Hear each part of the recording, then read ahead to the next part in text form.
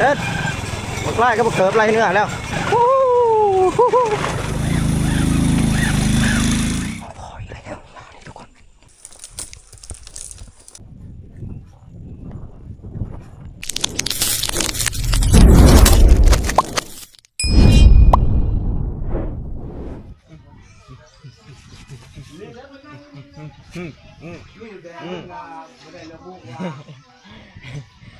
สวัสดีทุกคน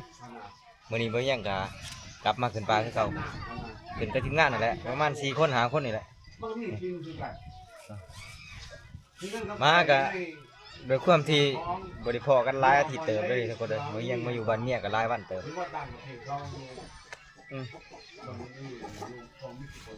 พอดีกลับมาขึ้นปลาเที่ยนี้ก็มาผู้เดียวทุกคนบ่ได้เอาเมียมานำไปแล้วก็ขาดว่าสิอยู่ประมาณบาง4-5 มื้อนี่แหละแต่ก็จักสิซำใดรอถ่ายฝนตกทุกคนเลยตอนนี้ยังถาผ่านเผิงมาอยู่ผ่านเผิงก็ไปได้รอบนี้บางมาเฮานี่ก็มันหาวแห้งแล้วนี่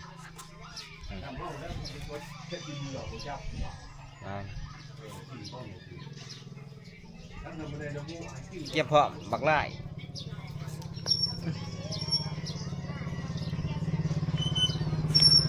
มาแล้ว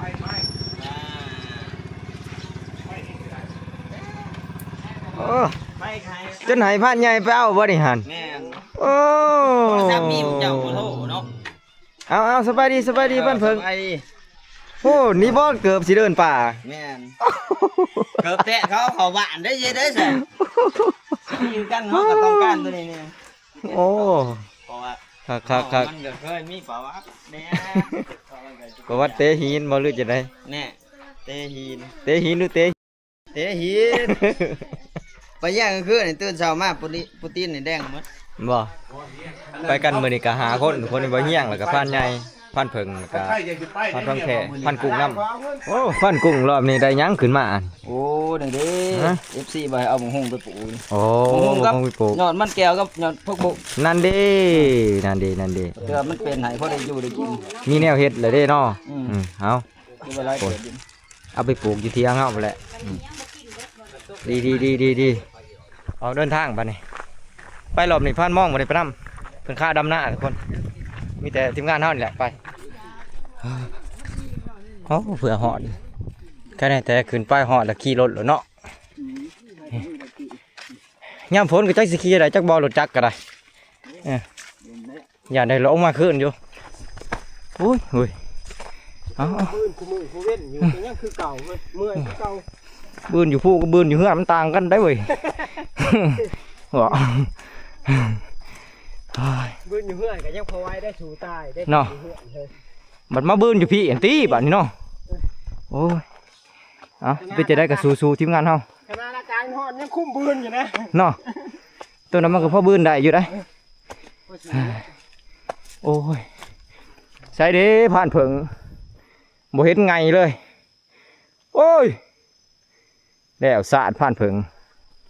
สงสัยบ่ทันในยังบ่ทันได้ชิ้นโอ้แวะกินน้ำก่อนเมื่อยไร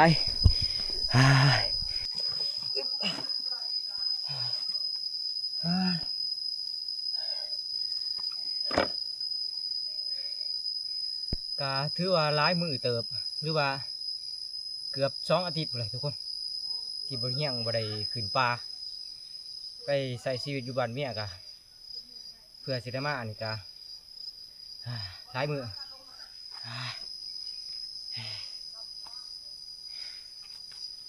โอ้ยเมื่อยไร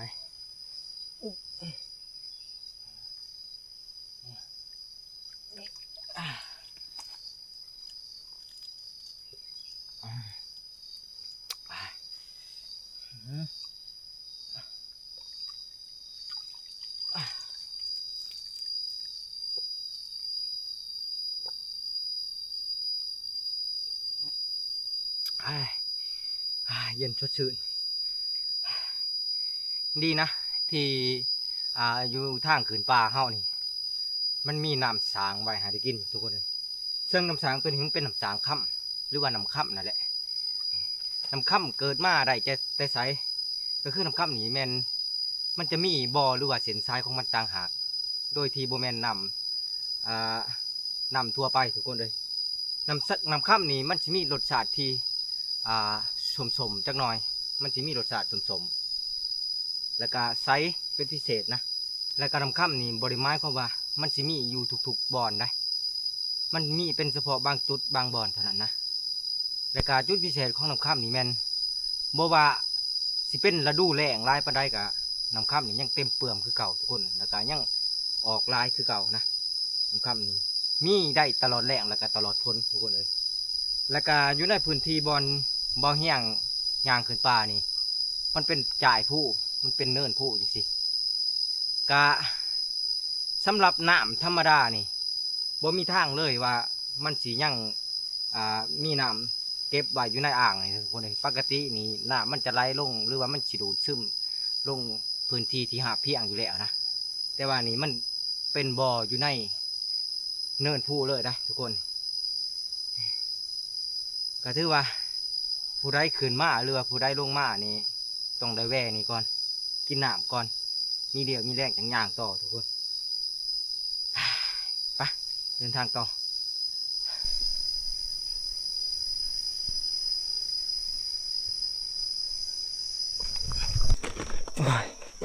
ไปเอาดึกผ่านเพิงดึกเขาบอกโตบริเมื่อยน้ำยังตัวเมื่อยน้ำเกิดบูดโตตัวนี้ก็มันนั่งอยู่เกิดบูดพันเพิงนี่ในเรื่องนี้ก็ใส่เอาขึ้นเอาเพิงก็ใส่เกิดบูดนี่บ่เว้ยบ่แล้วบ่ก็ได้เขาใส่ตีนเล็กนะโอ้เขาจะปล่อยใส่ตีนย่างนะเอาลุย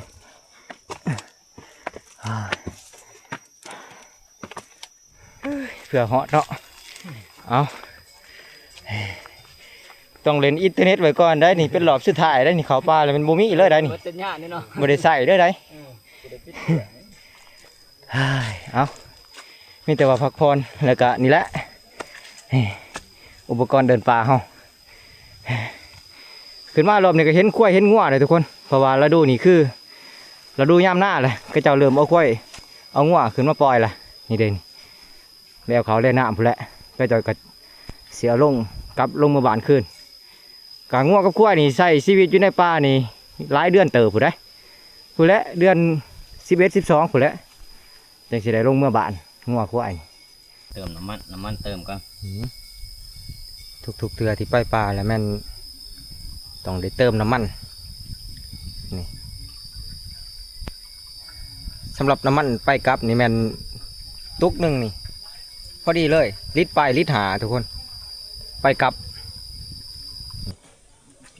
ส่วนรถของบ่อเฮียงก็ต้องได้เติมเพิ่มเพราะว่าอยู่ในทางมันก็มีอยู่แล้วนะ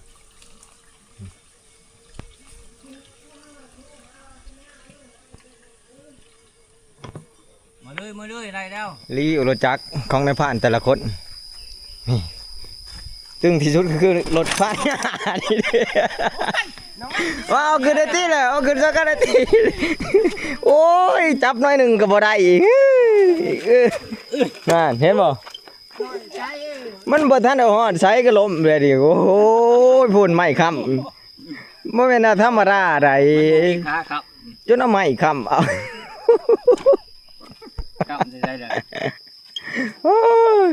เอาโผล่เพื่อสิคำได้สมมุติว่าพ่อหมูปลาบ่หรือพ่อยังไงทีมรถแล่นเลยนะนี่นะนี่โอ้ยเอาก็ถือว่าเจ้าของเพิ่นบ่ได้มารอบนี้ทีมงานเอาขี่ไปรถพันท่องกะนี่เด้รถดีๆนี่เอาขึ้นมาบ่ได้ดอกมันแตกมันมุนเบิดทุกคนนี่มีแต่รถเท่านี่แต่ว่าดีกว่าหมูฉันนะก็แล้วแต่ว่าสำหรับคนรอเล่นไหนพร้อมแล้วบ่พร้อมแล้วบ่พร้อมแล้วพร้อมแล้วลุยทีมงานเฮากิโลเป็นอาหารนี่ติดบาทเดียวเลยได้นี่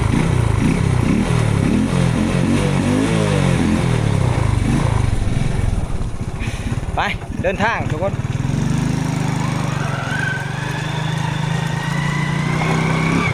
เอาเฮียขี่ผู้เดียวรอบนี่ผัวเมียบ่ได้มานำแล้วก็ทีมงานก็มาบ่หลายส่วนพันใหญ่กับพันเผิงขี่2คนพันใหญ่สอนพันเผิง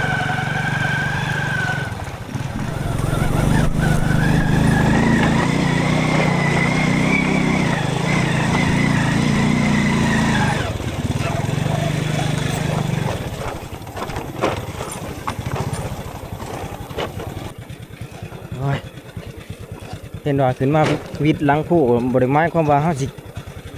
ขี่รถไปแบบง่ายๆเลยนะทุกคน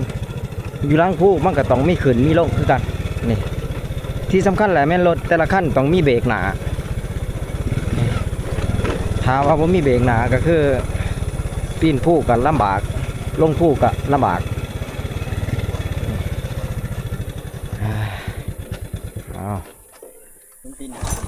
เอา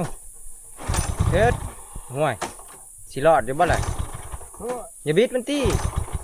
อย่าบิดเปิดแล้วบ่กอกน้ำมันหั่น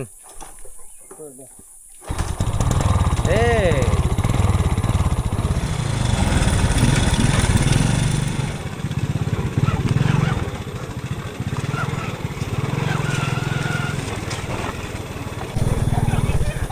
โอ้ยว่าแล้วนะโอ้ยเอาบาดนี่โอ้ยว่าแล้วนะไฟไปบิดขึ้นแห้งรถมันแห้งยังวะ มันแห้งเลยจ้ะ โอ้ย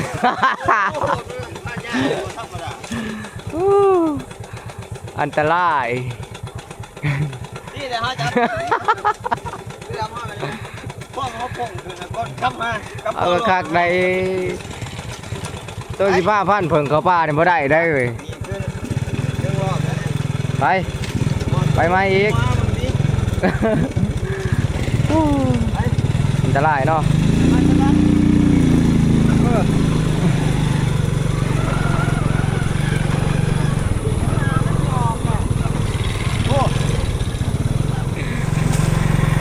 การขี่รถขี่ล่างใส่ย่านพาหนะมันก็ย่อมมีอุบัติเหตุเป็นธรรมดาแหละทุกคนบ่ว่าสิอยู่บ้านหรือว่าอยู่ป่าแต่ว่าสิ่งสำคัญนี่ก็คือมีสติไว้เวลาขับขี่กันโอ้โหน้ำได้นี่ว้าวได้ละป่านี่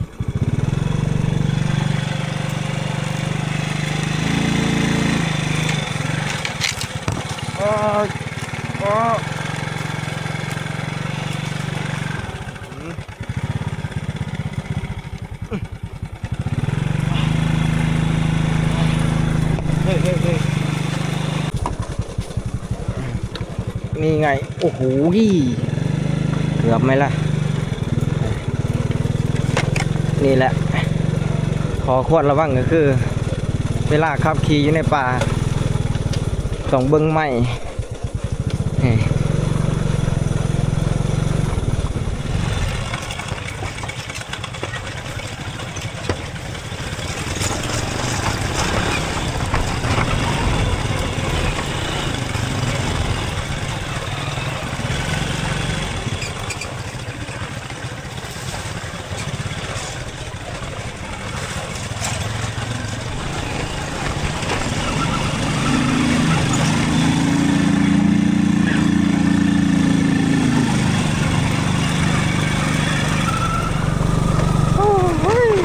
เกิบ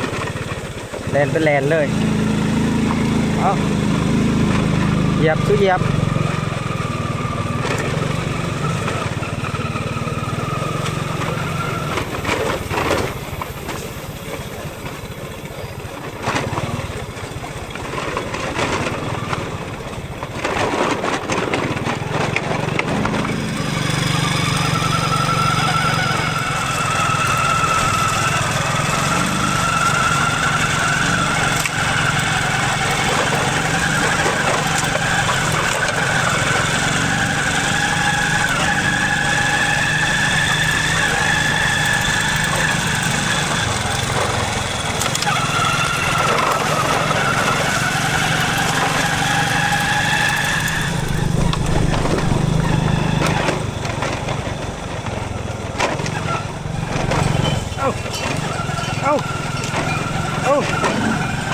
เฮ็ด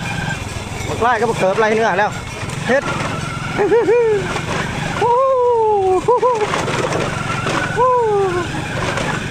เหยียบเกิบเหยียบ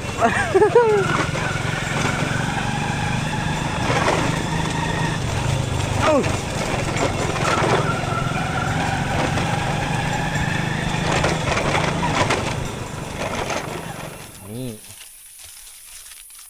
หลังจากที่เขาเดินทางมาเมื่อยทุกคนมาจอดรถแล้วก็แวะกินหมักใหม่ป่าก่อนจากที่เดินทางต่อนะนี่อันนี้คือหมักคอแลนนี่หมักคอแลนหรือว่าหมักแง่วนี่จักเมียนว่าเขาเอิญอะไรทุกคนบางคนหรือว่าบางเขตพื้นที่แต่ละพื้นที่ละเอิญบ่คือกันนะแต่ว่าสำหรับบางเฮียงนี่เอิญหมักคอแลนนี่ฤดูนี่คือฤดูหมักคอแลนทุกคนนี่หมักคอแลนมันมีหลายเป็นพิเศษโดยเฉพาะอยู่เขตมสีหอดเทียงบ่เฮียงมันสิมีหลายมันสิมักอยู่ตามหิมน้ำดอกรสชาติสมมันหวานแต่ว่าบางต้นนี่ก็หวาน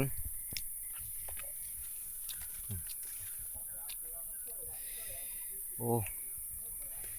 รสชาติมันสุดยอดมากครับคุณแต่ละเดือนหรือว่าแต่ละย่ามมันสิมีหมากใหม่ป่าแต่ละชนิดเป็นให้เฮาได้กินทุกๆเดือนทุกคนเลยขึ้นมาป่าแต่ละเดือนนี้บ่พลาดเฮาสิได้กินหมากใหม่ป่าทุกๆเดือนเพราะว่าหมากใหม่ป่ามันหลาย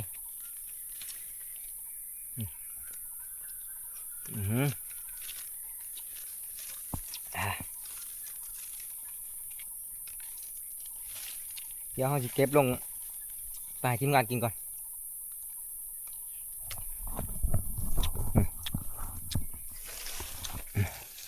นี่อันหมากซ้ำๆเนี่ยก็คือมันสุกแล้วได้นี่มันสุกแล้วแหละนี่เด้งามอยู่ไทยนี่ขายกิโลหนึ่งนี่หลายเติบเลยนี่แต่ก็บ่ฮู้ดอกว่ามาจักร้อยแต่ว่าอยู่บ้านเฮานี่ก็ส่วนใหญ่เขาสิบ่ได้ค่อยขายกันดอกอยู่ไสก็มันก็มีทุกคนอยากอยู่ไสก็ได้กินตอนนี้ทีมงานเฮายังนั่งพักผ่อนอยู่กินน้ำกินใน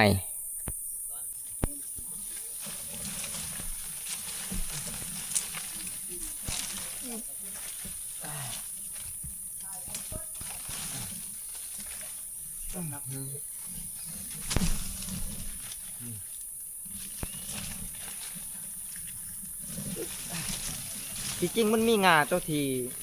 เขาตัดไว้แล้วนะแต่ว่าเขาจะเอาบ่เบิดเขาขึ้นมาก็เลยเก็บเอาตื่นอีกเสียดายมัน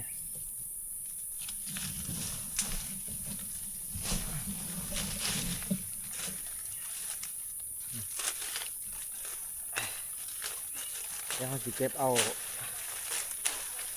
ลงไปกินอยู่เทียงหน้าหนองเขาเนี่ย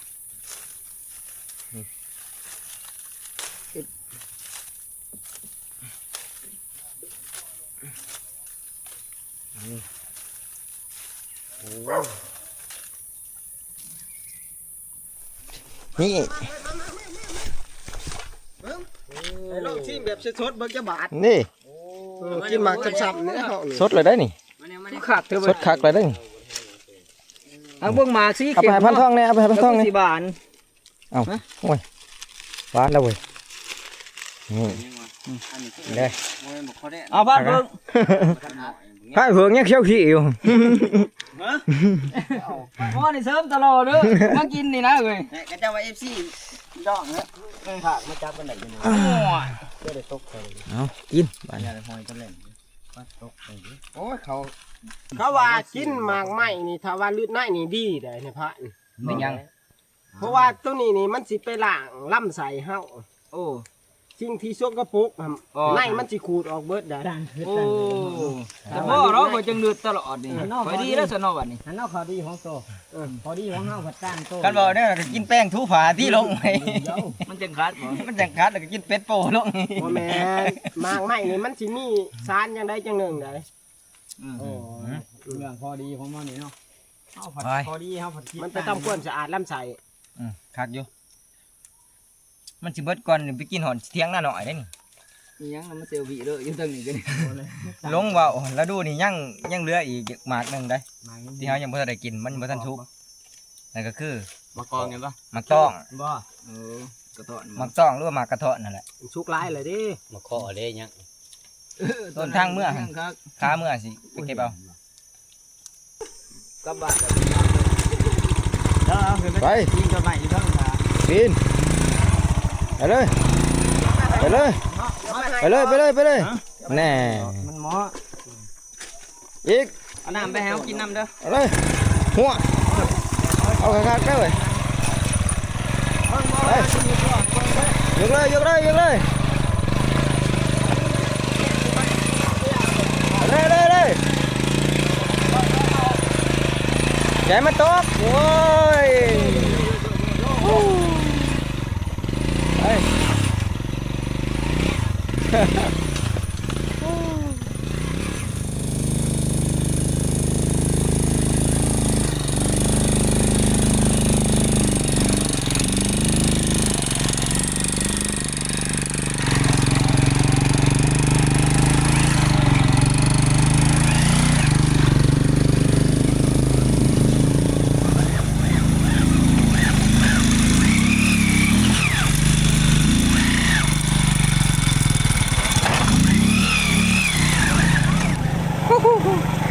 บางยานี่เกือบรับแต่กลับมาได้บางยาดิเกือบตีนเผาทุกคนเลยแต่ว่าเฮาต้องเฝ้าเดินทางให้มันหอดเลี้ยงเฮาให้ไว้ที่สุดทุกคนก่อนตะเวนสิตกดินแล้วก็ก่อนฝนสิตกเพราะว่าบรรยากาศมันมีท่าเอียงว่าฝนสิตกหลายนะมันต้องเฝ้ามันหอดทุกคน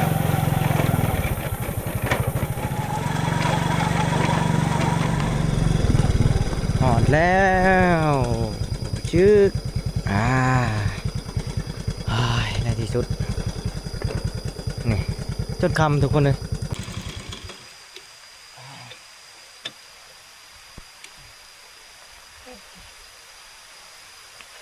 มาหอดเที่ยงฝนตกพอดีเลยทุกคนทีมงานเฮายังมาประทันหอดอยู่เราเฮียงกำลังหอดก่อนหมู่ทุกคนฝนตกพอดีเลยนะขึ้นมานี่ก็ค่ำแน่ทุกคนเลยเดินทางมานะแต่ใส่เวลาในการเดินทางมานี่ก็ประมาณ1 โมงเศษๆนี่แหละทุกคนตอนอยู่บ้านฝนบ่ตกพอแต่มาหอนป่าเท่านั้นแหละ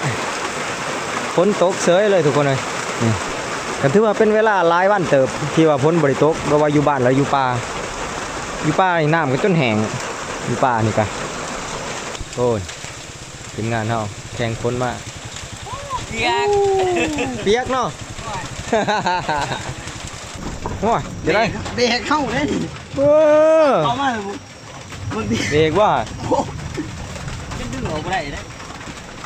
เด็กจะพกกุ้งมาให้ห้องหลัดแล้วก็มันหลัด เอ้าโอ้ ซุปอันนี้ เนาะ แล้วมันอยู่ต้องเพราะ เปียกเนาะบอกตัวกันเนาะใครในแต่คอยมาท่าน ตัวดีแต่ห้าครับนี่ก็ดีแต่ห้าบ่ครับยันบ่ทันหอดที่ครับเฮาอ่ะผู้จิตติดเลย จักเบียอะไรจะมา พกดิ โอ้แต่ว่าเป็นเบิดนี่บ่ทนกิน หูหางยาว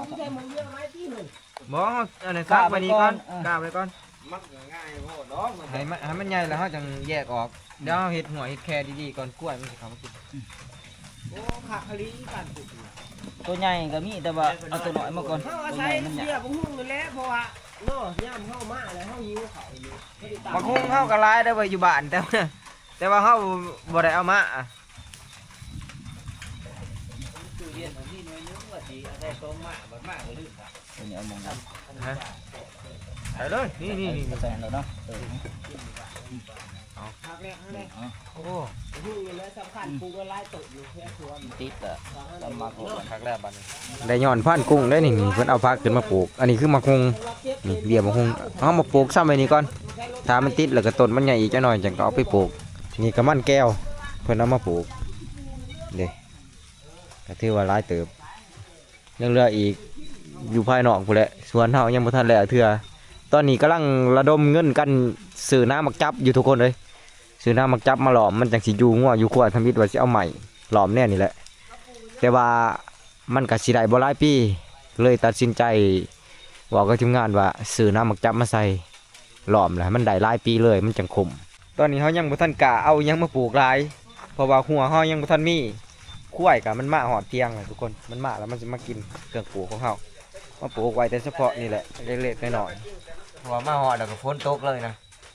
แต่ถ้าว่าฝนนี่มันตกบ่เช้ามันตกทั้งคืนนี่เฮาบ่มีทางเลยสิออกหากินได้ทุกคน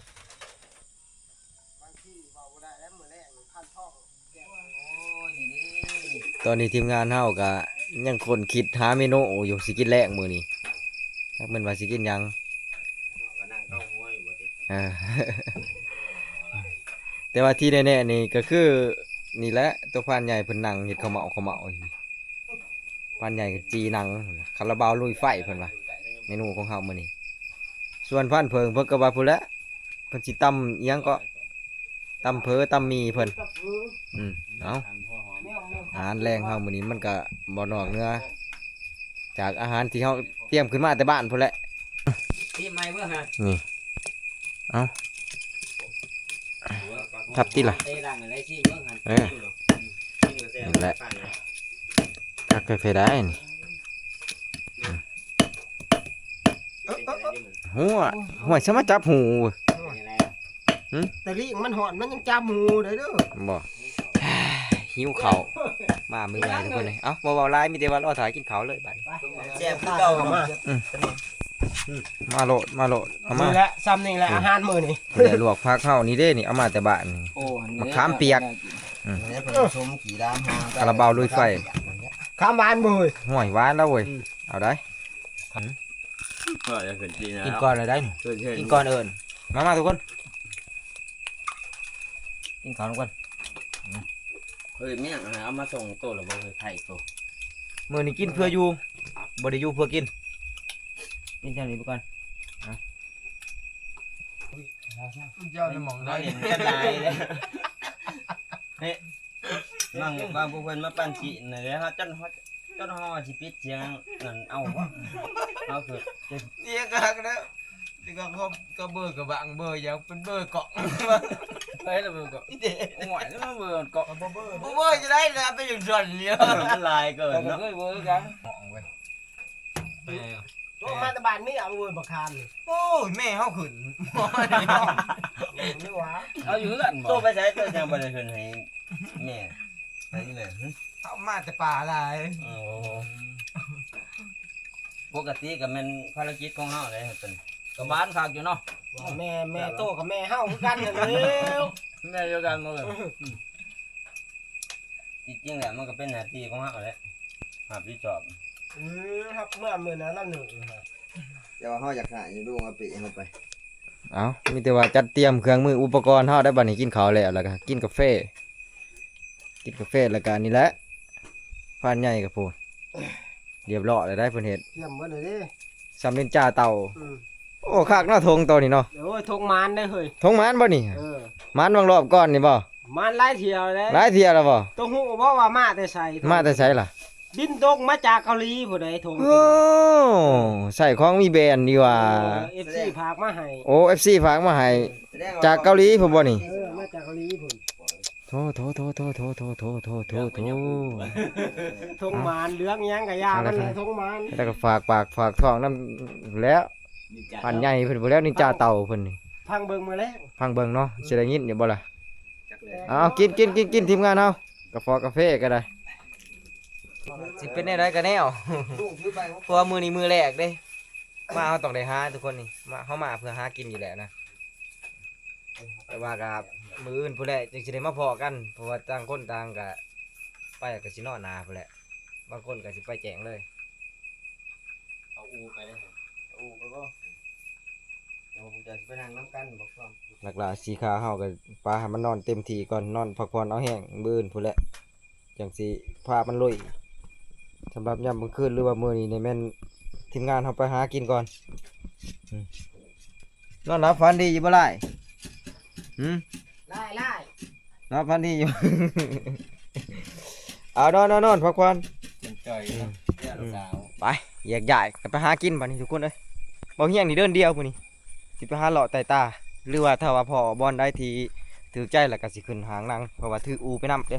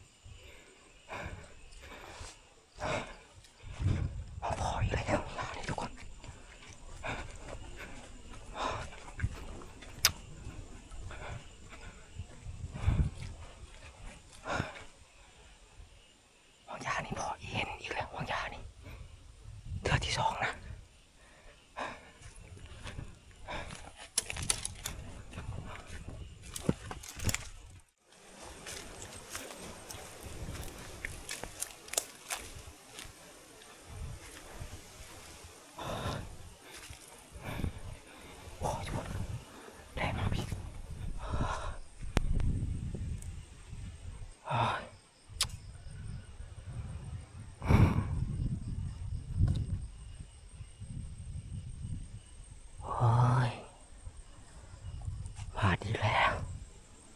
เห็นแต่ตา ยาเนี่ยมันยังทับน้ำกับบ่ทันทุกคนเห็นแต่ตาแลนลิก็น้ำปลาโจดเลยนะ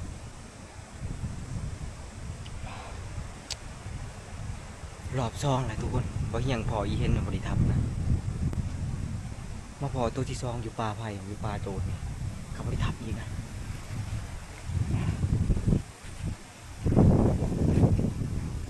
จักเลนไปใส่เลยทุกคนล่มกับพ่อล่มนะ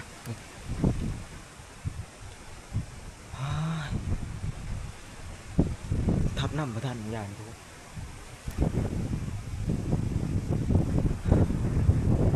เอาสิรอไปพุ่นแหละส่วนเบื้อง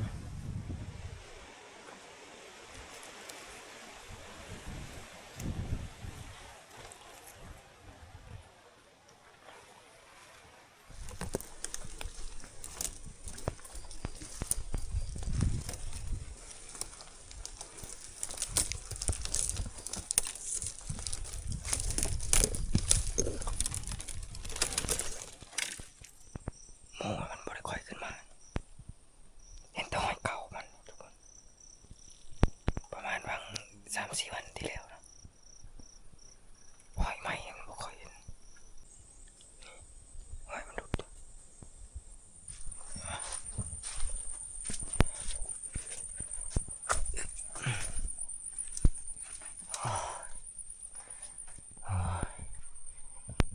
หาที่พักก่อนวันนี้ทุกคน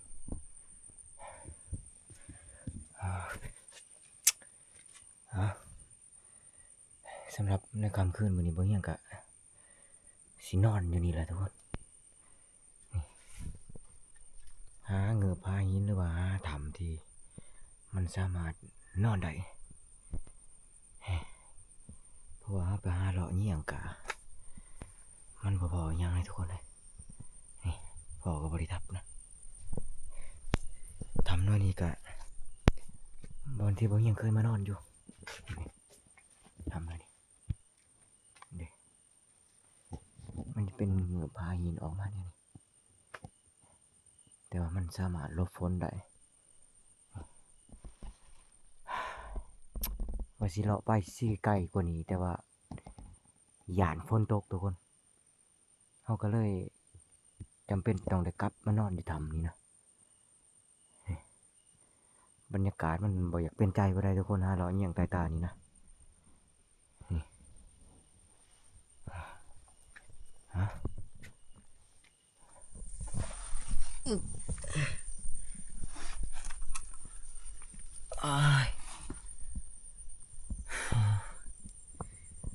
ตอนนี้เวลา23 นาฬิกาเลยทุกคน5 ทุ่มครึ่งแล้วนะก็บางอย่างเลาะใต้ตานี่ก็ถือว่าหลายชั่วโมงเติมแล้วทุกคนเลยเพราะว่าเขาออกมาแต่เที่ยงก็ตั้งแต่9 โมงว่าจังซะตอนนี้ก็11 โมงแล้วทุกคนก็หิวนอนแน่นะอีกอย่างเขาก็เมื่อยจากการเดินทางมาแต่บ้านพุ่นเลยทุกคนมาเลาะใต้ตากับพออีเห็น2 ตัวแต่ว่าบ่ได้ทับมันนะมีแต่ว่าเขาสิหาบ่อนนอนละบางอย่างก็มาหลบนอนอยู่ในถ้ำนี่แหละทุกคนถ้ำน้อยนี่ก็ใหญ่อยู่แต่ว่ามันบ่สูงนี่พอได้แต่หลบพอได้แต่ซ่อนโตวเข้าไปถ้ำน้อยนี่สามารถนอนได้อยู่ประมาณ4 คนทุกคนนี่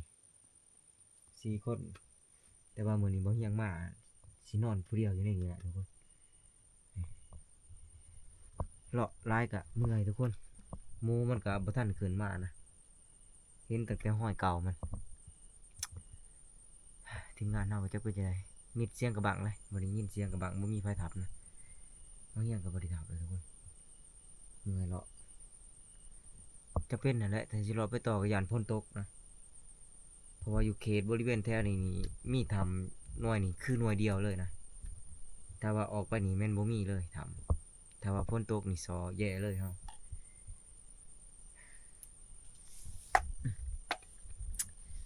เอาสำหรับในค่ำคืนมื้อนี้บางอย่างก็สิได้นอนพักผ่อนอยู่นี่แหละทุกคนมื้ออื่นเช้าพุ่นแหละจังว่ากันใหม่นะแล้วก็สิเลาะลัดเช้ามื้อเลยมื้ออื่นนี่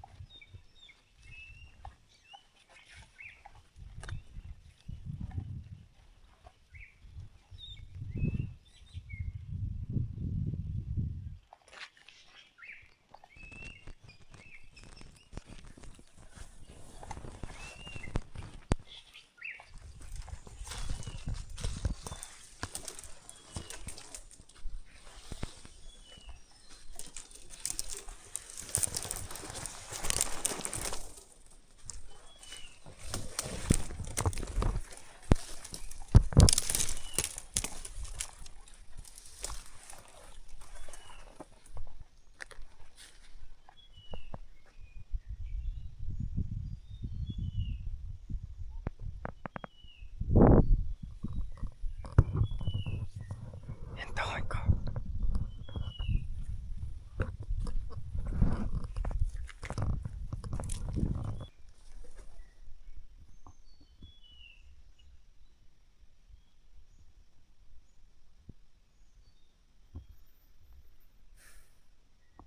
หมูนี่มันบ่ขึ้นมาทุกคนถ้าว่าหมูขึ้นมานี่มันต้องผ่านจุดนี้แน่นอนนะเพราะว่าจุดที่บ่เฮียงอยู่นี่คือมันเป็นดอนกลางทุกคนดอนกลางแต่ว่ามันเป็นขอต่อเชื่อมต่อระหว่างดอนนั้นกับดอนนี้เวลาหมูขึ้นมานี่มันต้องผ่านย่างผ่านอยู่นี่บ่เฮียงขึ้นมาแต่เทื่อบ่เฮียงขึ้นมาสังเกตเบิ่งห้อยมันอยู่นี่แหละถ้าว่าเฮาหูห้อยมันผ่านเขาไปนี่เขาอยู่ในป่านี่มันต้องนอนอยู่ในนี้แน่นอนทุกคนตอนกลางเว้นนะถ้ามีโอกาสเลาะแล้วถ้ามีโอกาสเพาะลายเขาเลาะสังเกตเบิ่งห้อยมันแล้วก็เลาะเบิ่งทำเลมันทุกคนถ้าว่าเฮาอยากหูหมูมันอยู่ดอนใดนะแน่นอนอยู่แล้วหมูนี่ยามมื้อคืนมันออกหากินแต่ว่าพอแจ้งสว่างมาแล้วมันสิเขานอนอยู่ในดงได้ หรือปลาเผ็กนาเนี่ยนี่มันกับเขานอนทุกคนเฮาต้องเบิ่งห้อยมันออกหรือห้อยมันเข่า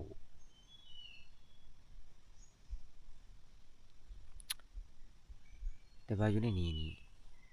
จากที่เคยเฮาพอมันเลยนะมันเขานอนเลยแต่ว่ามันมือนี่บ่เห็นห้อยมันทุกคนเห็นแต่ห้อยเก่ามันนะโอ้ยยังกับมาเลาะเยี่ยงเวียนอยู่แถวนี่แหละเมื่อคืนนี้แต่ว่าบ่เห็นนะ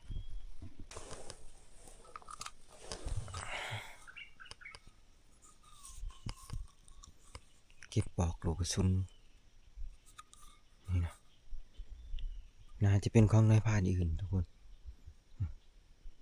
แต่ว่าบ่แม่นของบ่เฮียงแน่นอน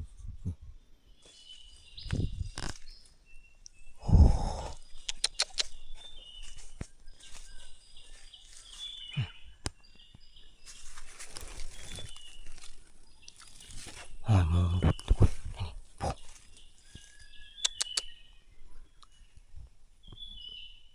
แล้วพ่อมันบ่ขึ้นเทิงมันหลอกจ่ายเลยเมื่อคืนนี่บ่เฮียงก็ย่างผ่านมานี่แหละทุกคนนี่บ่เฮียงย่างขึ้นไปนี่แล้วเมื่อคืนแต่ว่าบ่เห็นมันนี่สงสัยมันดุดมั่งนี่แหละก่อนสิแจ้งได้นะดุดเทือนดุด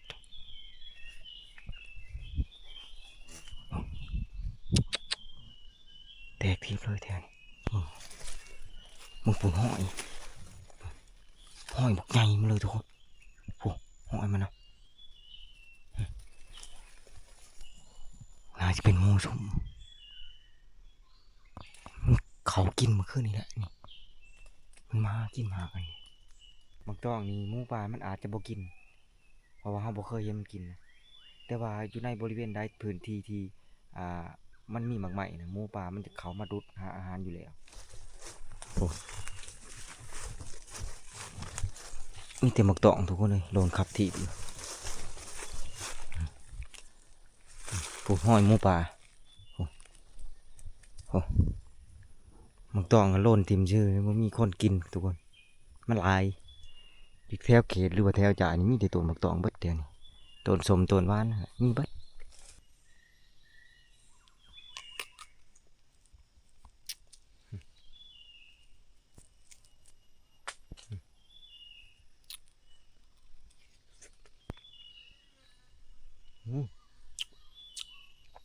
อุ้ยตัวนี้หวานทุกคน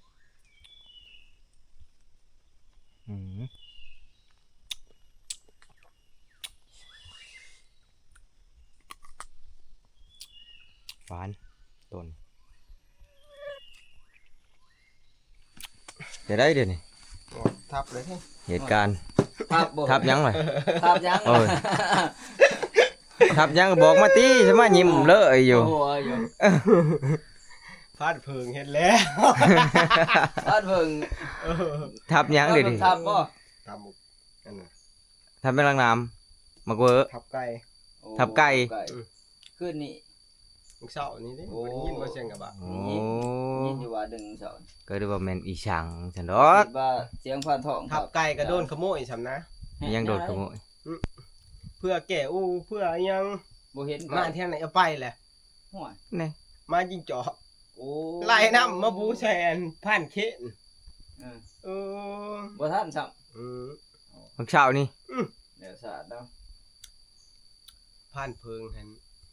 บักเวอร์อ้อมคางอ้อมแอวน อน บ่จักว่าบักเวอร์นี่ประมาณ10เมตรนี่ โอ้ มันบูลงมาใส่บ่จักหัวเชียงบักเวอร์ โอ้ยตัวพ่อห้อยมันนี่แหละ มาใกล้ๆแล้วก็เฮียงเบิ่งเห็นแต่ตามันลิบๆๆมันก็ยืนเพิ่นก็แนมหาบ่เห็นอีกลิบๆไปแล้วทับน้ำบ่ทัน โอ้ ช่องเถื่อมามึงเช้านี่ก็ใกล้ครัวมาหาเพิ่นก็ทับบ่ได้อีก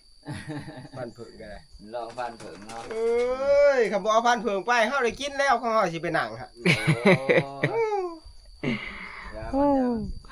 หมูป่าตัวถ่วงในต้นหมกตอกของเช้านี่หั่นแหละในกกบกทางขึ้นนั่นดิ โอ้ มันคุยแถวน่ะแตกที่ โอ้ยมันก็คือประหัน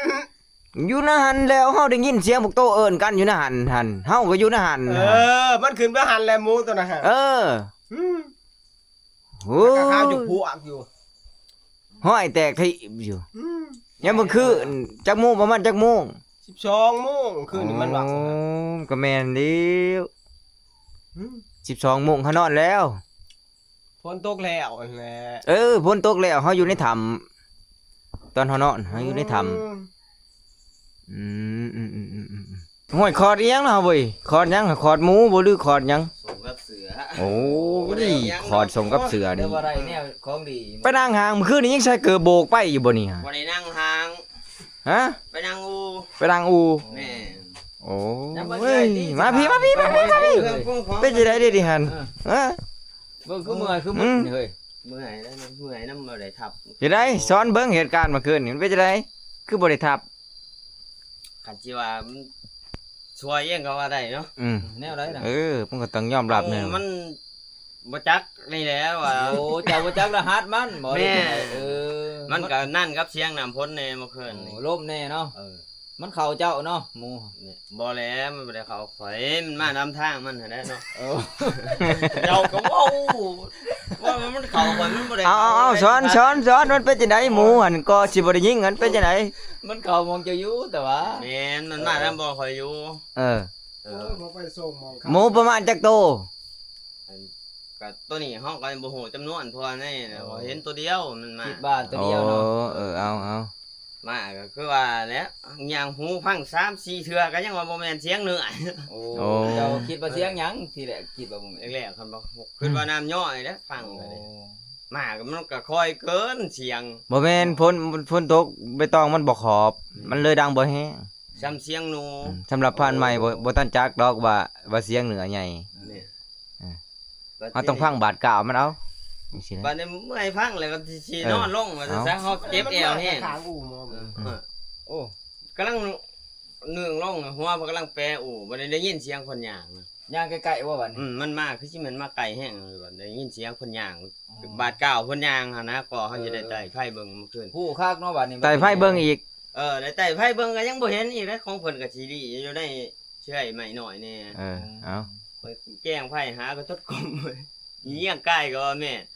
จึงไผบัดนี้พอดีเห็นตามันย่างพอดีบัด ไปรวยๆเด้ย่างแบบว่า คือบ่ทับเลยในวินาทีนั้นทับเลย ทับจะได้ปืนก็ถือจ่อก็จริงอยู่แต่กบนี่คือสิแหล้วมันบ่ทันตัวนั้น อ๋อแสดงว่าโตนี่อยากเบิ่งหลายกว่าอยากทับ มันก็ เช็ค จะ เบิ่ ป ง ระ ก่ มา อ ณ นว่า นั้น มันแม่นหรือบ่เนาะ 10เมตรต่อน่ะ โอ้ แต่เพิ่นนะฮะ 10เมตร ถึง10เมตรครับ อาจสิทึกร้อยมันก็บ่มั่นใจนะคือว่า เข้าใกล้ขนาด เขาก็เลี้ยงไว้อยู่แต่ว่าคือว่ามันสิหยุดเขาบ่กันแม่นมันสิมันสิได้แล่นได้หยังมัน อยู่ มัน ก็ย่างไปลวนๆแล้วแหละ ว่าอยากเอาจังหวะงามๆหั่นแหละ โอ้ คือ เจ้า เอาลง ว่า ก่อน มองมันใจโป้งเดียวจอดว่าซั่นซะ แม่ โอ้เด้อ แต่ว่า บ่ทันเนาะ อยากเลือกจุดจังซี่นะ โอกาสหน้า มันได้พอกันประมาณ2เทื่อพุ่นแหล้วเมื่อคืน สรุปก็คือบ่ได้ทับ นี่ มันเข้าจะช่องเทื่อพุ่นเนาะ แม่นโตเฮาเห็นบางเช้านี่แหละ